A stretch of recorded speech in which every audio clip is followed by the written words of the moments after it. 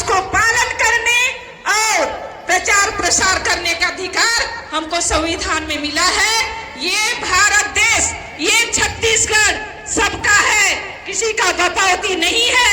यहाँ हिंदू, मुस्लिम, सिख, ईसाई सबका बराबर का अधिकार है। हम फिर सोचने निखान कि इरी ने है मुठ्ठिनुयम तिरखोम नाबम विधेयक का मोम भूख रे कुकुर तोर भूख ले बदरी नहीं फाटे बाने है ना नाम चिचिया आदत खने। लेकिन अब फटेगा, अब फटेगा, मैं बता दे रही हूँ। इसलिए हम लोग को एक होना है।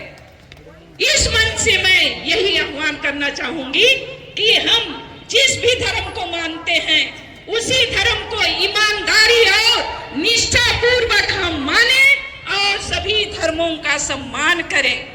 हम सभी धर्मों का सम्मान करें।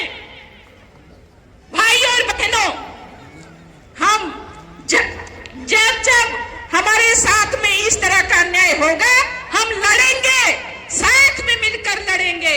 लेकिन हम उन विरोधियों के लिए भी हम प्रार्थना करते रहेंगे कि इनके पास जो बुद्धि है वे उसका सदुपयोग करें, दूसरे की बुद्धि पर देश को नष्ट ना करें। इसलिए मेरा यही कहना है, आइए हम सभी मिलकर हम अपनी ताकत को बढ़ाएं और इस तरह से हमें नष्ट करने के लिए, ईसाई समुदाय को नष्ट करने के लिए जो भी विधेयक बनता है, अभी बना है, उसका हम पुरजोर विरोध करें। काला कानून वापस लो, वापस लो, वापस लो, काला कानून वापस लो, वापस लो, वापस लो, काला कानून वापस लो, वापस लो, वापस लो।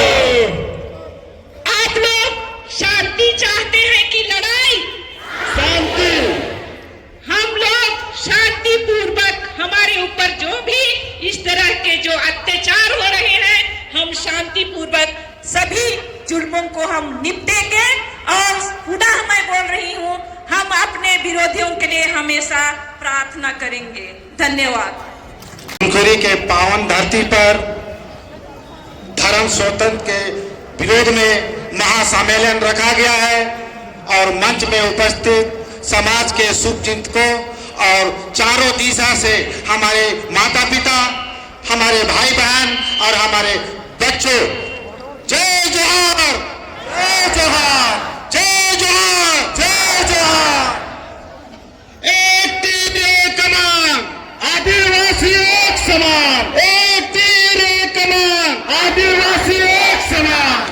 काला कानून वापस लो, वापस लो, वापस लो, काला कानून वापस लो, वापस लो, वापस लो, काला कानून वापस लो। मेरे भाई और बहनों, मेरे विचार से उत्पन्न होता है कि सरकार हमारा आदिवासी समाज का सहयोग लेकर इन लोग क्या चाहते हैं, हमारा जल जंगल पर कब्जा करना चाहते हैं। और जिस दिन डिलिस्टिंग हो गया उस दिन जितने भी जो आदिवासी है भारत में निवास करते हैं सब जनरल हो जाएंगे।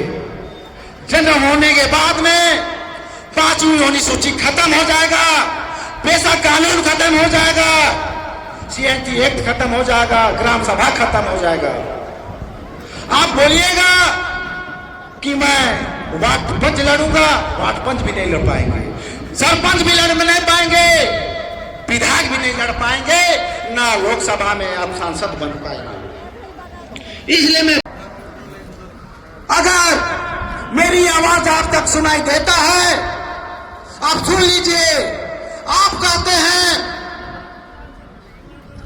आप आदिवासी हैं, लेकिन आप अपने आप को सबसे बड़ा हिंदू कहते हैं। मेरे लिए और हमारे आदिवासी समाज के लिए शर्म की बात है।